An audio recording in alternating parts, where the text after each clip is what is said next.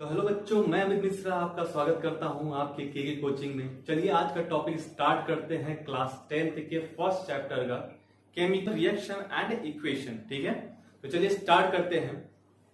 तो इस टॉपिक में हमको देखना ज्यादातर जो सबसे ज्यादा जो डिफिकल्ट टॉपिक लगता है वो है इसकी बैलेंसिंग। ठीक है, बैलेंसिंग के साथ उसके इक्वेशन को पहचानना कि इस इक्वेशन को कैसे बनाया जाए, किस तरह से एडजस्ट किया जाए, किस तरह की इक्वेशन को डिस्प्लेस किया जा सकता है, किसको नहीं किया जा सकता है, इन सब सारे टॉपिक को हम लोग बात करेंगे।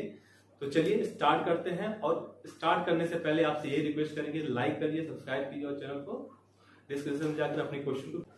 तो चलिए स्टार्ट करते हैं। याद रखिएगा कि इस टॉपिक में आपको जितनी भी चीजें मैं बताऊंगा या जितना भी पढ़ाऊंगा वो आपके 10th के लिए बिल्कुल सफिशिएंट रहेगा। ठीक है, आपके बोर्ड के एग्जाम के लिए बिल्कुल सफिशिएंट रहेगा, फॉर सीबीएसई बोर्ड एग्जाम के लिए। ठीक है, अब ध्यान दीजिएगा कि मैं पहले तो चैप्टर को एक्सप्लेन करूंगा, लास्ट में उससे रिलेटेड बहुत सारे क्वेश्चन को भी मैं दूंगा कि जो बोर्ड में पॉसिबल है कि वो आ सकते हैं नहीं है। तो ये सारे क्वेश्चन भी मैं प्रैक्टिस जरूर कराऊंगा।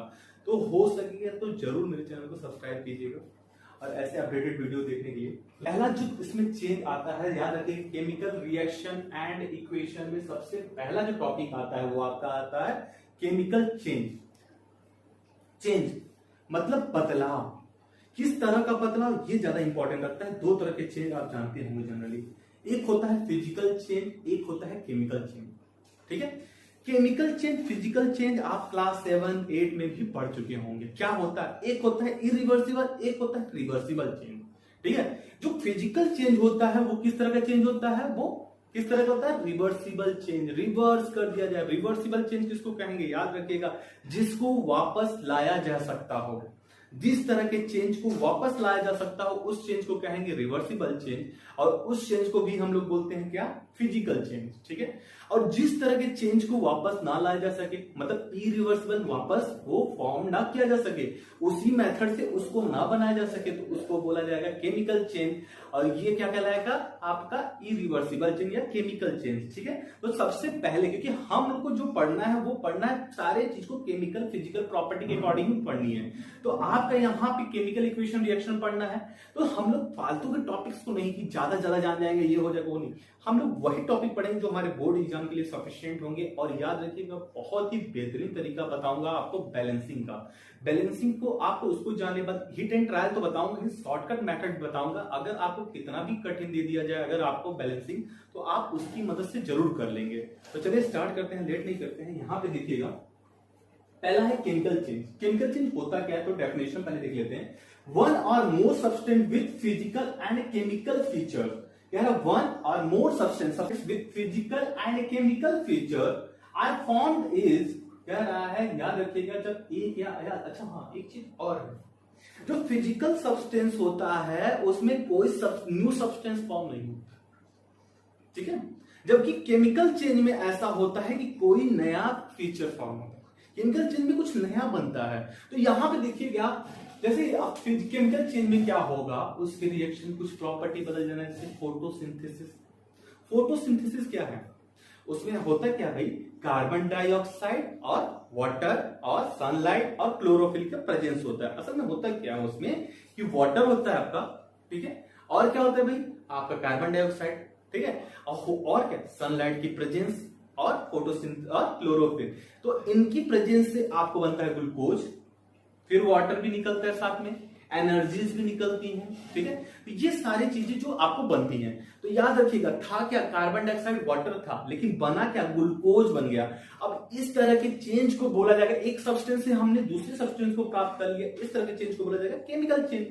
ठीक है, जब याद रखिएगा कि कोई भी दो चीज मिलकर या कोई भी चीज जब एक नए तरह की चीज को बना दे, अब वो इरिवर्सिबल, उसको फॉर्म ना किया जा सके, तो उस तरह के चेंज को बोलेंगे क्या, केमिकल चेंज। ठीक है, याद रखिएगा, जब बदलता है केमिकल चेंज तो उससे केमिकल नहीं जो भी बदलेगा, उसके साथ फिजिकल प्रॉपर्टी भी बदलती है। फिजिकल प्रॉपर्टी जैसे उसका स्मेल, उसका कलर, बहुत सारी चीजें। ठीक है, तो ये सब जो होती है, उसकी हाइट, जैसे समझिए बात को, कागज को जला दिए, जैसे ही कागज जला तो कागज क्या हो गया, राख में हो गया। तो उसके साथ राख में उसका, जब कागज पहले तो व्हाइट था, लेकिन उसके बाद देख रहे हैं वो ब्लैक हो गया। ठीक है, अब वो हम उस राख से, उस ऐश से फिर वापस क्या कर सकते हैं, ठीक है, जो राख है उससे वापस हम उसको कागज को नहीं बना सकते। ठीक है, तो याद रखिएगा सिर्फ केमिकल चेंज में ये नहीं है केमिकल चेंज होता है, उसमें फिजिकल प्रॉपर्टी भी उसकी क्या होती है, बदलती है। तो ठीक है, तो ये याद रखिएगा, कह रहा है one or more substance with physical and chemical feature are formed is called the chemical change. कह रहा है किसी भी तरह के जो चेंजेस होंगे जिसमें कुछ फिजिकल केमिकल चेंज बदलाव होगा, उसमें किसी तरह का नया सब्सटेंस आपको प्राप्त होता होगा, तो उन सारे चेंजेस को बोलेंगे केमिकल चेंज बोला जाएगा। अब ध्यान दीजिएगा, ठीक है, तो फिजिकल चेंज केमिकल चेंज समझ आया कि नहीं? जब कोई दो सब्सटेंस मिलकर या दो या एक ही सब्सटेंस, जब कोई बदलाव ऐसा हो, याद रखिए जब कोई बदलाव ऐसा हो जो इरिवर्सिबल हो और नए सब्सटेंस को फॉर्म करता हो, उसको केमिकल चेंज कहते हैं। जैसे एग्जांपल में यहाँ पे दिया गया है, ध्यान दीजिएगा, जब आयरन आपका कॉपर सल्फेट, ये कौन सा एलिमेंट है, ये कौन सा एलिमेंट है, ये एलिमेंट है, क्या है, ये एलिमेंट है। एलिमेंट क्या होता है कि जो प्योर एटम से बनते हो। जैसे अगर हम बात करें आयरन की रॉड की, तो उसमें क्या, अगर मान लीजिए सिर्फ आयरन के ही एटम जुड़े हो, एटम तो आपको पता है जो सबसे ऐसे होते हैं जो डिवाइड नहीं किया जाते, वो क्या करते हैं, किसी भी केमिकल रिएक्शन में पार्ट करते हैं। ठीक है, जो रिएक्शन होता है केमिकल ना, उसमें सिर्फ कौन पार्टिसिपेट करता है, वो असल में एटम ही पार्टिसिपेट करते हैं। ठीक है, उसमें कौन पार्ट करता है, कि एटम ही पार्टिसिपेट करते हैं। ठीक है, अच्छा, अब एटम से छोटा कोई नहीं होता, डिवाइड नहीं किया जा सकता है, लेकिन एलिमेंट्री पार्टिकल, जैसे बाद में पता चला कि इलेक्ट्रॉन, प्रोटॉन, न्यूट्रॉन और भी ऐसे पाएंगे कि हाँ उनको भी डिवाइड किया जा सकता है। लेकिन अभी जो हमारी जो चल रही चीजें हम उसको लेके चलते हैं, तो जो प्योर एटम से मिलकर प्योर एलिमेंट, जो प्योर होते हैं सब्सटेंस ना, उसको ही एलिमेंट कहते हैं। जिसमें किसी तरह की इंप्योरिटी ना हो उसको एलिमेंट कहा जाएगा। तो ध्यान दीजिएगा, हम यहाँ पे बात कर रहे थे, तो ये है आपका आयरन। ठीक है, ये क्या है, आपका आयरन है, और ये आपका क्या है, यहां देखिए कैसे इसको पढ़ते हैं, कैसे इसको याद करेंगे। केमिकल याद करने का भी तरीका है, कुछ तो आपको याद करना पड़ेगा। Fe मतलब आयरन होता है, और ये आपका है कॉपर। क्या है आपका कॉपर, और यहां पे क्या है, ये SO4 होता है, आपका सल्फेट होता है। क्या होता है, ये आपका कॉपर है, ये आपका सल्फेट है।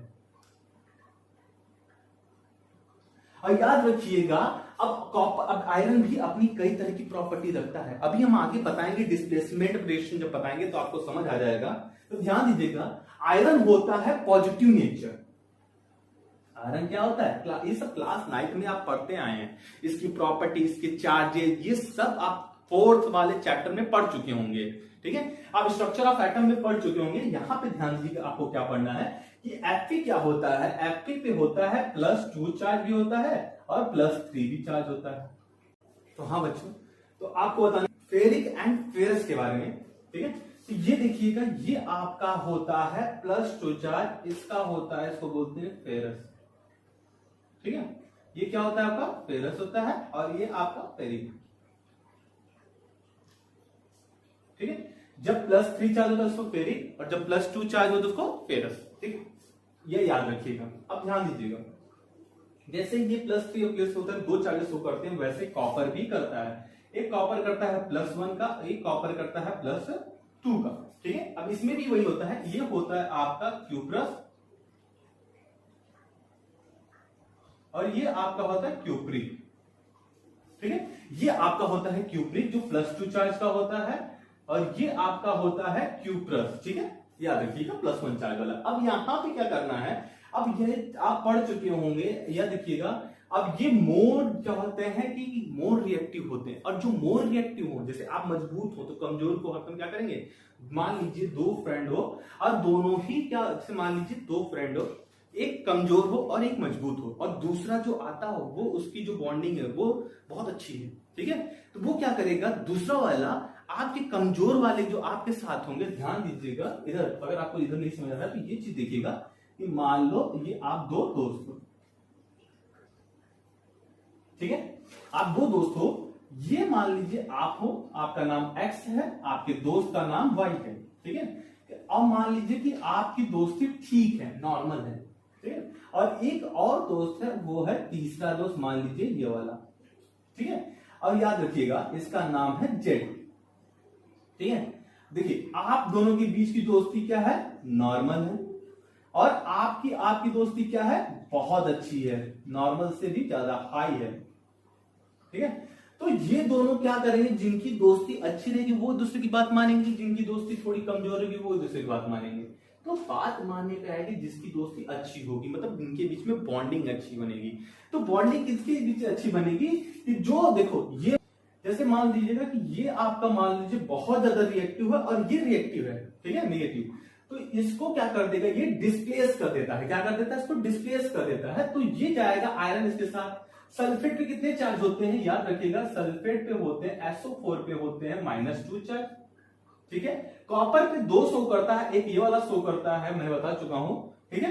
वैसे और फेरस, एक ये वाला भी शो करता है कॉपर, एक देखिए आयरन भी 2 शो करता है, एक ये फेरस, एक फेरिक शो करता है, ठीक है।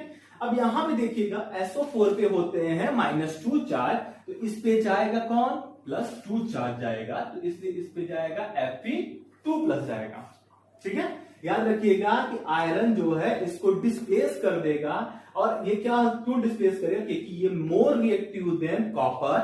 तो आयरन क्या होता है कि मोर रिएक्टिव देन कॉपर। अब ये कहां हम समझ जाएंगे कि कौन रिएक्टिव कौन नहीं रिएक्टिव है, तो अभी हम थोड़ा सा आपको आगे बताएंगे, एक चार्ट बनाएंगे जिससे आपको पता चलेगा कि कौन मोर रिएक्टिव है कौन लेस रिएक्टिव है। तो यहां ध्यान दीजिएगा कि iron is more reactive than copper, तो ये कॉपर को डिस्प्लेस कर देगा, जिसकी वजह से क्या हो जाएगा, कॉपर हटते ही आयरन उसकी जगह ले लेगा, ठीक है। अब ये वाला आप 9th में पढ़ चुके होंगे कि Fe पे अगर +2 चार्ज हो और सल्फेट पे अगर -2 चार्ज हो, तो ये दोनों एक दूसरे से मिल जाते हैं, Fe बना लेते हैं, यहाँ पे इसका चार्ज इसके पास, और SO4 में होल आ जाएगा, इसका चार्ज इसके पास आ जाएगा, इसका चार्ज इसके पास, इसका चार्ज इसके नीचे, ठीक है। और ये दोनों ही 2 है इसलिए कट जाएंगे, और ये बना लेंगे Fe, क्या बना लेगा, FeSO4।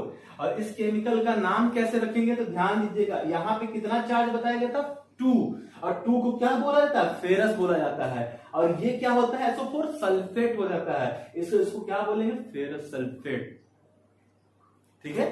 क्या बोला जाएगा, फेरस सल्फेट बोला जाएगा, ऐसे बोल सकते हो, ठीक है। तो ये आपका चेन, असल में यहाँ टॉपिक क्या था, टॉपिक बस इतना था कि जब कोई 2 सब्सटेंस मिलते हैं तो एक नए सब्सटेंस को, एक या एक से अधिक सब्सटेंस को फॉर्म करते हैं जो कि इरिवर्सिबल भी होते हैं। इस तरह के जो चेंजेस होते हैं उसको बोला जाता है केमिकल चेंज, ठीक है। चलिए, मुझे लगता है कि आप लोगों को केमिकल चेंज समझ आ गया होगा। केमिकल चेंज में कुछ नहीं है, जब कोई एक या दो से अधिक सब्सटेंस मिलकर किसी नए तरह के सब्सटेंस बनाते हैं जो कि इरिवर्सिबल होते हैं, तो उसको कहेंगे केमिकल चेंज, ठीक है। याद रखिएगा, इसमें वैसे ही फिजिकल चेंज में बता चुका हूं कि जो रिवर्सिबल हो, जो क्या हो, रिवर्सिबल हो, जिसमें स्टेट बदलते हो। स्टेट मतलब जैसे लिक्विड से फिर गैस, ठीक है। अब सॉलिड टू क्या हो जाए, डायरेक्ट गैस में बदल जाए। तो ये सारे जो स्टेट चेंज होते हैं ना, ये क्लास आप 9th में फर्स्ट चैप्टर केमिस्ट्री में पढ़ चुके होंगे वहां पे। तो ये जानते होंगे कि कुछ ऐसे चेंजेस होते हैं जो फिर सॉलिड टू डायरेक्ट गैस में भी चेंज हो जाते हैं। तो याद रखिए, जो ऐसे चेंज हो जिसमें स्टेट चेंज होता हो, क्या चेंज होता हो, स्टेट का चेंज होता हो, कलर चेंज होते हो, उसके ऑर्डर्स मतलब उसके स्मेल चेंज होते हो, ये सब जो चेंजेस होते हैं ना, हाइट का कट छोटा होना, इन सब जो चेंजेस होते हैं, ये सब कहलाते हैं चेंजेस, फिजिकल चेंज कहलाते हैं। क्या कहलाते हैं, फिजिकल चेंज कहलाते हैं। तो इन पे ध्यान दीजिएगा, क्या कह रहा है डेफिनेशन, चेंज इज कलर और स्टेट। याद रखिएगा, उसके कलर में या उसके स्टेट में, कलर मतलब कोई चीज लाल था जैसे, उसमें ध्यान दीजिएगा, उसमें फिजिकल चेंज, केमिकल चेंज वाले में क्या हुआ था, फिजिकल चेंज भी हुआ था। मैंने बोला केमिकल चेंज ही नहीं होता, उसमें फिजिकल चेंज भी कुछ ऐसे हो जाते हैं जो चेंज हो जाते हैं, ठीक है। तो याद रखिएगा, क्या होता है, चेंज इज कलर और state occur but no new substance is form. याद रखिएगा कि जिसमें कलर बदलते हो या किसी का स्टेट बदल जाता हो, लेकिन ऐसा नहीं कि कुछ नया आपको बन जाता हो। ऐसा नहीं कि आप पानी को आप जब उबालते हो तो वो शरबत बन जाता हो, ठीक है, उसमें चीनी का स्वाद आने लगता हो, ऐसा नहीं हो सकता। वाटर के मॉलिक्यूल क्या होते हैं, एक दूसरे से दूर होकर अपने स्टेट को बदलकर वो अपने क्या करते हैं, liquid to gas, gas to liquid, solid, ये सब बदल सकते हैं। ऐसा हो सकता है, लेकिन ऐसा नहीं कि वो नया ही कुछ बन जाएगा। अब वो लिक्विड वाटर से उसकी जगह कुछ और भी सब्सटेंस आ जाएंगे, या हाइड्रोजन कुछ ऐसा बना लेगा या नया कंपाउंड ही फॉर्म कर लेगा, ऐसा नहीं हो सकता। याद रखिएगा, फिजिकल चेंज में हरदम कैसे होगा, फिजिकल चेंज में हरदम कुछ ऐसा कलर चेंज होगा और आपका कुछ स्टेट भी चेंज होगा। स्टेट मैंने बताया कि जैसे लिक्विड टू गैस से होता है, ठीक है। ये सब जो चेंजेस होते हैं ये फिजिकल चेंज, लेकिन कोई नया सब्सटेंस ना फॉर्म करे। जैसे एक नॉर्मल तरीके से देखा जाए, पेज को मोड़ दो, पेज को मोड़ दीजिए, वापस खोल दीजिए, तो ये क्या हुआ? Physical change. कैसे? क्योंकि आपने पेज को मोड़ा, अब पेज को फिर खोल के वापस स्ट्रेट कर दिया, तो वो क्या हुआ? रिवर्सिबल चेंज हुआ, और ना ही कोई नया सब्सटेंस फॉर्म हो गया। तो क्योंकि कागज जिस चीज से बना था वही चीज अब बंद होने पे भी हुआ, खुलने पे भी हुआ, इसलिए उस तरह के चेंज को क्या कहेंगे? फिजिकल चेंज कहेंगे। इसलिए इसका एग्जांपल ध्यान दीजिएगा, water change to steam on boiling. जब वाटर को चेंज किया जाता है, मतलब कि बॉयल किया जाता है, गर्म किया जाता है, तो किसमें चेंज जाता है? स्टीम में, मतलब भाप में बन जाता है। तो ये स्टेट का बदलना हुआ, ना कि क्या हुआ? आपका नया सब्सटेंस फॉर्म हुआ, और इसलिए ये क्या कहलाएगा? फिजिकल चेंज कहलाएगा। ठीक है, अब चलिए कुछ केमिकल चेंज के ऑब्जर्वेशन को देखते हैं कि किन किन चेंजों से कैसे पहचानेंगे कि वो केमिकल चेंज ही हो रहे हैं। ठीक है, तो चलिए देखिए, तो चलिए कुछ ऑब्जर्वेशन को देखते हैं। क्या जो ऑब्जर्वेशन क्या कह रहा है? Observation with help in determining a chemical change, जिसके मदद से हम कुछ केमिकल चेंज को पहचान पाएंगे। ठीक है, दो देखिएगा, ऐसा नहीं है कि हर जगह क्या होता है स्टेट चेंज होने पे वो फिजिकल चेंज ही होगा, क्योंकि अगर आपका नया सब्सटेंस फॉर्म हो जाता है तो वो क्या होगा? केमिकल चेंज होगा। मैंने बताया कि कहीं भी अगर नया सब्सटेंस न्यू सब्सटेंस फॉर्म होता है तो उसको बोलेंगे केमिकल चेंज। अगर no new substance is form, that is known as physical change. तो ध्यान देखिएगा यहाँ पे इवोल्यूशन ऑफ गैस। इवोल्यूशन मतलब कि गैस का निकलना कब निकलता है? देखिए क्या कह रहा है, the chemical reaction between zinc and sulphuric acid. ये कौन सा है? इसका नाम याद रखिएगा, पूरे रिएक्शन में या पूरे चैप्टर में आपको काम आएगा। इसका नाम होता है सल्फ्यूरिक एसिड। ध्यान दे दीजिएगा, इसको मैं लिखवा दे रहा हूं, ऊपर लिखवा दे रहा हूं। इसको H2SO4, क्या नाम है इसका? ध्यान दीजिएगा, H2SO4 को बोलेंगे sulphuric acid, king of chemical. ठीक है, तो याद रखिए क्यों किंग ऑफ? क्योंकि हर तरह से ये क्या करता है? एक तरह से कैटलिस्ट की तरह काम करता है, जो रिएक्शन में पार्ट तो नहीं करता लेकिन रिएक्शन को इफेक्ट करता है। तो यहां पे ध्यान दीजिएगा, यहां पे हमको टॉपिक पे देखना है कि evolution of chemical reaction between zinc and sulphuric acid. तो जिंक इज मोर क्या होता है? मोर रिएक्टिव देन हाइड्रोजन। किसके जरिए? हाइड्रोजन से वो क्या होता है? मोर रिएक्टिव होता है। हाइड्रोजन होता है प्लस, सल्फेट होता है माइनस, और जिंक भी आपका प्लस होता है। लेकिन जिंक क्या होता है? ये more stronger, more reactive then the hydrogen, then he will replace the hydrogen. So what is form? He formed the zinc with react with the sulfuric acid and it is formed the zinc sulfate and hydrogen gas. Hydrogen gas is evaluate. याद रखिएगा, the chemical reaction between, अगर chemical reaction कराया जाए zinc और sulphuric acid में, तो आपका जो कैरेक्टर होता है वो इवोल्यूशन होता है। मतलब यहाँ पे हाइड्रोजन गैस निकलता है। जब जिंक और सल्फ्यूरिक एसिड रिएक्शन करते हैं तो क्या बनता है आपका भैया?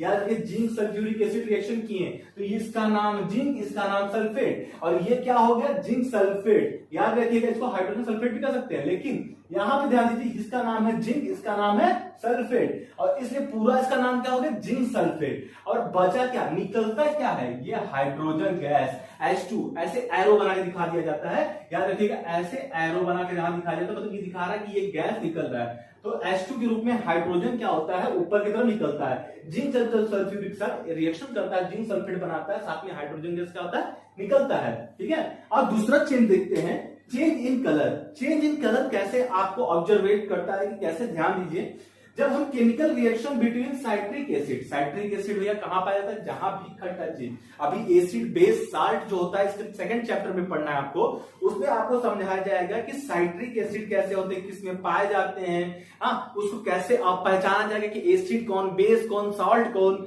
और एसिड अगर इसके साथ रिएक्शन करेगा तो क्या देगा। ये सारा टॉपिक आपको एक जल्द ही वीडियो आने वाला है, उसमें बताया जाएगा कि एसिड बेस सॉल्ट का पूरा प्रॉपर बताया जाएगा, जो जो हो सकता है संभव, कितने रिएक्शन आ सकते हैं, कौन कौन संभावना है कि ये आने की संभावना, उससे रिलेटेड सारे एग्जांपल सब बताए जाएंगे। तो यहां पे ध्यान दीजिएगा कि जब केमिकल रिएक्शन कराया जाए साइट्रिक एसिड में, किसकी रिएक्शन कराया जाए? साइट्रिक एसिड का, जो खट्टा, ठीक है, साइट्रिक एसिड का purple colour K2MnO4 potassium magnet के साथ, ये कौन है? याद रखिएगा, ये पोटेशियम मैग्नेट है। क्या है ये? पोटेशियम मैग्नेट है। ये पोटेशियम को बोलते हैं मैग्नेट। ठीक है, तो जब क्या होता है कि रिएक्शन कराया जाता है किसका? Citric acid. साइट्रिक एसिड जैसे किसी भी खट्टे फल में पाया जाता है, संतरे में, आपका मौसम्बी में, नींबू में, इन सब में पाया जाता है। तो याद रखिएगा, जब साइट्रिक एसिड का इसके साथ रिएक्शन कराया जाता हो, तो जब इसको ध्यान रखिएगा, इसको घोला जाएगा, characterize by the change in colour from purple to colourless. याद रखिएगा, एक आपको ऐसा भी मिलेगा कि इसमें कलर के जरिए हम लोग पहचानेंगे। तो याद रखिएगा, जब हम क्या करते हैं किसी एसिड में, साइट्रिक एसिड को पर्पल में डालते हैं ना, तो वो क्या होता है, अपना कलर ही चेंज कर लेता है, जिससे हमको आइडेंटिफाई भी हो पाता है कि ये एसिड है कि क्या है। अगर वहां पे बेस होता तो नहीं चेंज होता, लेकिन ये एसिड होने के कारण क्या हुआ, अपने कलर को ही क्या कर लिया, चेंज कर लिया। तो ये आइडेंटिफाई भी कर सकते हो इसके जरिए एसिड को भी एसिड है कि नहीं है। और यहां पे भी समझ लीजिए, जब हम क्या करते हैं किसी भी केमिकल को, क्या करते हैं, कौन सा केमिकल, जैसे साइट्रिक एसिड को हम पर्पल कलर की K2MnO4 में डालते हैं, तो वो कैरेक्टराइज क्या होता है, कैरेक्टर क्या होता है कि वो पर्पल से कैसा बन जाता है, कलरलेस, मतलब उसका कलर ही नहीं रह जाता है, वाटर जैसा रहता है ना, कुछ वैसा ही कलरलेस हो जाता है। और ये दिखाता है चेंज इन कलर, ये भी एक नए तरह सब्सटेंस फॉर्म कर रहा है, इसलिए वो चेंज इन कलर, ये ऑब्जर्वेशन है केमिकल चेंज का। ठीक है, अब थर्ड पे चलते हैं, ध्यान दीजिएगा। तो चलिए ध्यान देते हैं अब तीसरे पे। तीसरा क्या कहता है, तीसरा है change in state. Change in state में अभी आपको बता चुका हूं, लेकिन यहां पे देख लो, the combustion of candle wax, the combustion मतलब जलना। आप ये भी पढ़ चुके हो क्लास 8 में, आप पढ़े होंगे combustible substance, incombustible substance, ignition temperature, ये सारी चीज आप पढ़ चुके हैं क्लास 8-7 में। ठीक है, कि कैसे उस टेम्परेचर, इनिशियल टेम्परेचर आप कोई चीज जब जल जाता है, सर्टेन हीट पकड़ लेता है, एनर्जी रिलीज करता है, लाइट रिलीज करता है, तो उसको कहूंगा उस temperature, certain temperature, initial temperature. तो वैसे यहां पे भी ध्यान दीजिएगा, द कंबसन ऑफ कैंडल मतलब कि जलना, कैंडल का होता है जलना। Wax is characterized by change in state from solid liquid gas. तो जो होता है वो सॉलिड में रहता है, फिर लिक्विड में पिघलना शुरू होता है और फिर गैस बनाता है। तो मतलब कंबसन जो होता है कैंडल का सॉलिड लिक्विड गैस में, और यही क्या कहलाता है, चेंज इन स्टेट। मतलब वो क्या होता है, अपने स्टेट को बदलता है, सॉलिड में, लिक्विड में, गैस में, इन सारे स्टेट का ही बदलना जो ऑब्जर्व कराता है, वो किस तरह के केमिकल चेंज को दिखाता है। ठीक है, अब ध्यान दीजिएगा, चेंज इन टेम्परेचर क्या कहता है कि कैसे चेंज इन टेम्परेचर को हम ऑब्जर्व करेंगे, ये चौथा पॉइंट है, ध्यान दीजिएगा। The chemical reaction between quicklime. Quicklime क्या होता है, कैल्शियम ऑक्साइड को हम लोग क्या बोलते हैं, क्विकलाइन। ये जो आपका कैल्शियम ऑक्साइड है ना आपका, यही आपका क्या कहलाएगा, क्विकलाइन कहलाता है। याद रखिएगा, क्विकलाइन क्या होता है भाई, कैल्शियम ऑक्साइड। तो the chemical reaction between quicklime, calcium oxide, water, ठीक है, quicklime water to form slaked lime. ठीक है, the chemical reaction between quicklime and water, अब फॉर्म क्या करता है, स्लैकलाइन। और स्लैकलाइन का फार्मूला जो होता है यहां पे हमने लिख दिया है, ये होता है आपका स्लैगलाइन। स्लैगलाइन कैल्शियम हाइड्रोक्साइड, कैसे बोलेंगे, अगर स्लैगलाइन नहीं याद आ रहा तो लिखिए, ये है कैल्शियम और ये है हाइड्रोक्साइड, इसलिए इसका नाम पड़ेगा कैल्शियम हाइड्रोक्साइड, और इसको बोलते हैं स्लैग्ड लाइन बोलेंगे। यहां पे देखिए कैल्शियम है, ऑक्साइड ऑक्सीजन है, इसलिए इसको बोला जाएगा कैल्शियम ऑक्साइड बोला जाएगा।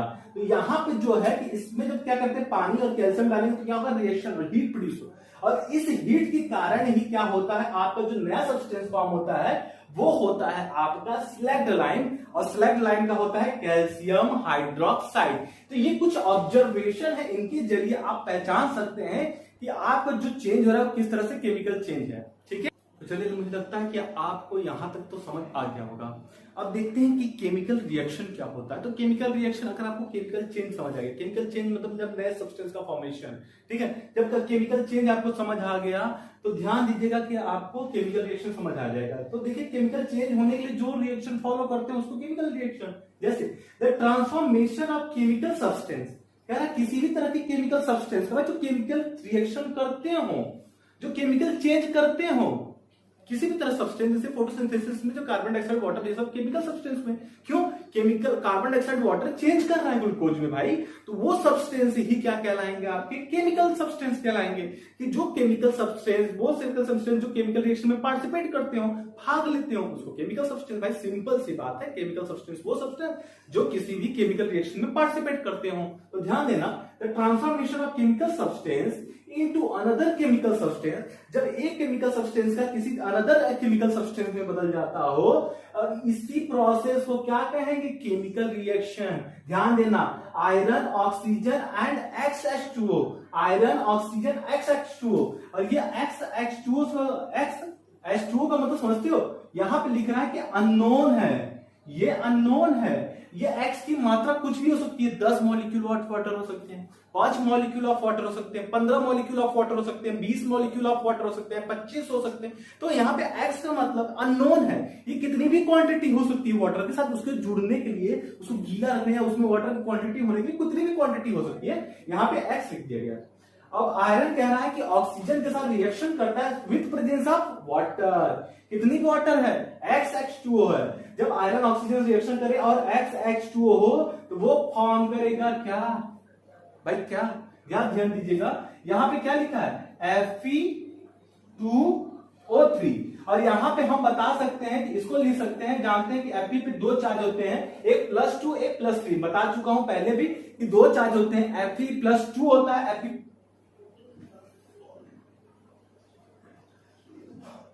तो Fe+2 होता है, Fe+3 भी होता है। एक होता है आपका फेरस और एक होता है आपका फेरिक। ठीक है, ये आपका फेरस, ये आपका फेरिक। ठीक है, ध्यान दीजिएगा। अब यहां पे क्या है, फेरिक है कि फेरस, कैसे पहचानेंगे, क्योंकि हम जानते हैं, अगर ध्यान दिया जाए कि Fe2 होता है, अगर मान लीजिए, और ऑक्सीजन -2 चार्ज होता है, ऑक्सीजन पे कितना होता है, -2 चार्ज। तो अगर ये दोनों मिलते हैं तो ये बनाता Fe2O2 बनाता, और ये कट के बनाते FeO बनाते। जबकि यहां पे क्या है, Fe2O3 है। तो ये तो नहीं हो सकता, इसको खत्म कीजिए, इसको हटाइए यहां से।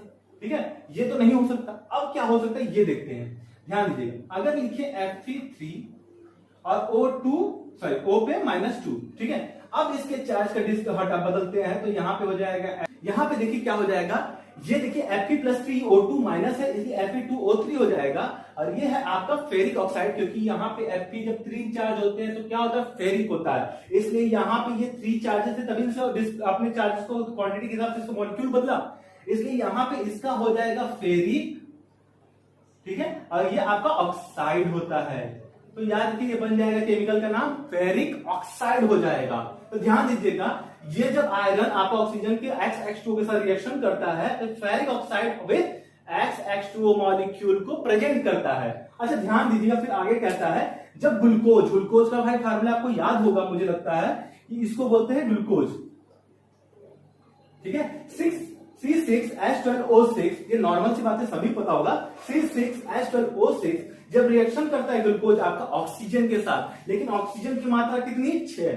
अभी आपको यहाँ पे बैलेंसिंग जब बताया जाएगा तो यहाँ पता चल जाएगा क्यों यहाँ 6 है, क्यों यहाँ 6, यहाँ 6, यहाँ 6 कुछ नहीं है। ठीक है, ये अभी आपको आगे पता चलेगा। तो ध्यान दीजिएगा, जब ग्लूकोज ऑक्सीजन के साथ, अब ऑक्सीजन कहाँ करता है, हमारे बॉडी में। ग्लूकोज ऑक्सीजन से कहां रिएक्शन करता है, हमारी बॉडी में। याद रखिएगा, जब ग्लूकोज हमारे बॉडी में ऑक्सीजन के साथ मिलता होगा तो क्या बनता है, हम क्या निकालते हैं, कार्बन डाइऑक्साइड निकालते हैं। अच्छा, और साथ में क्या बनता है हमारे शरीर में, पानी बनती है, वाटर बनता है। तो जब वाटर बनता है और क्या हमको ताकत मिलती है, याद रखिएगा, एनर्जी बनता है। तो हमारे शरीर में जब ग्लूकोज वो ऑक्सीजन का रिएक्शन करता है तो कार्बन डाइऑक्साइड, वाटर और एनर्जी भी निकालता है। और इसी को याद रखिएगा, इसी तरह की जो चेंज, जब एक सब्सटेंस किसी अनदर सब्सटेंस को बनाते हो तो इसी को कहते हैं केमिकल रिएक्शन। ठीक है, अच्छा आगे देखते हैं फिर केमिकल रिएक्शन के बाद। अब आगे देखिएगा, ये आपका है मैग्नीशियम, ये आपका क्या है, मैग्नीशियम है, और ये आपका ऑक्सीजन है। ठीक है, ये मैग्नीशियम, ये ऑक्सीजन। अब बनाएंगे क्या भैया, मैग्नीशियम ऑक्साइड बनाएंगे। क्यों, क्योंकि मैग्नीशियम पे होता है +2 चार्ज, ऑक्सीजन पे -2 चार्ज, और ये दोनों ही जुड़कर बनाएंगे Mg2O2, और दोनों मिलकर क्या बन जाएगा, MgO बन जाएगा। ये बनाएगा मैग्नीशियम ऑक्साइड। याद रखिएगा, जो मैग्नीशियम ऑक्साइड बना है, ये याद रखिएगा, मेन आपको यहाँ पे जो समझना है, जो रिएक्शन किए हैं ना, ये दोनों क्या किए, रिएक्शन किए हैं ना, इसलिए इनका नाम हो जाएगा रिएक्टेंट।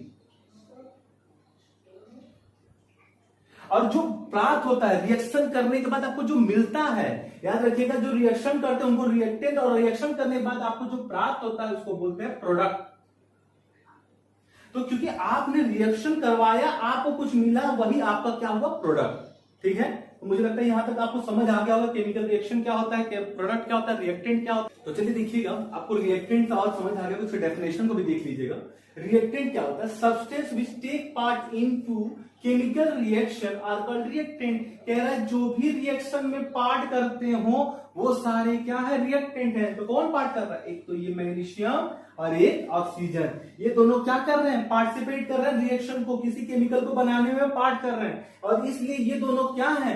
ये दोनों ही कहलाएंगे रिएक्टेंट। ठीक है, और इनके मिलने से आपको जो मैग्नीशियम क्या बना? ये मैग्नीशियम ऑक्सीजन, ये बना है मैग्नीशियम ऑक्साइड, और ये क्या कहलाएगा? आपका प्रोडक्ट। याद रखिएगा, इनके मिलने जो मिले आपको प्रोडक्ट, उसको प्रोडक्ट कहते हैं। ठीक है, इसके मिलने के बाद जो आपको मिले कोई नया सब्सटेंस जो मिलता है वो प्रोडक्ट। तो new substance formed after chemical reaction are called product. तो इन दोनों रिएक्शन के बाद जो आपको मिलता हो वही तो आपका क्या कहलाता है?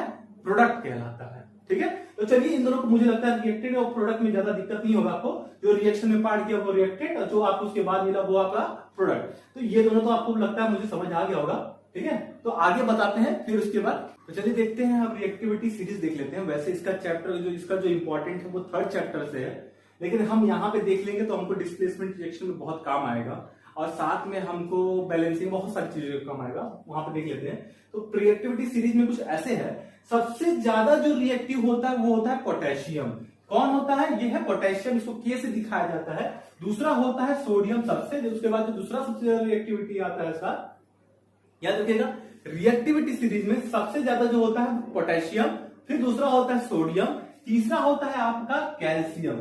तीसरा क्या होता है आपका? कैल्शियम होता है। चौथा होता है आपका मैग्नीशियम। चौथा कौन ज्यादा रिएक्टिविटी होता है? फिर उसके बाद चौथा होता है आपका मैग्नीशियम। ठीक है, तो चौथा आपका मैग्नीशियम, पांचवा आपका एल्युमिनियम, छठवां आपका जिंक होता है, सातवां आयरन, आठवां गेटिन, फिर उसके बाद आता है लेड, फिर उसके बाद यहाँ पे जो होता है, इसके बाद ये सब लेस रिएक्टिव है। ये देखिएगा, पहले सबसे मोर रिएक्टिव, फिर उससे कम, उससे कम, उससे कम, उससे कम, ये डिक्रीज हो रहा है। फिर उसके बाद हाइड्रोजन जो होता है वो लेड से भी कम होता है, और फिर कॉपर से क्या होता है? हाइड्रोजन तो ज्यादा होता है कॉपर से, लेकिन कॉपर क्या होता है? हाइड्रोजन से कम, फिर मरकरी, फिर सिल्वर, फिर गोल्ड। तो गोल्ड सबसे लेस रिएक्टिव होता है इस पूरे सीरीज में। ठीक है, तो यहां पे आप इसको देख लिए हैं, तो फिर हम आपको आगे बताएंगे बैलेंसिंग कैसे होती है।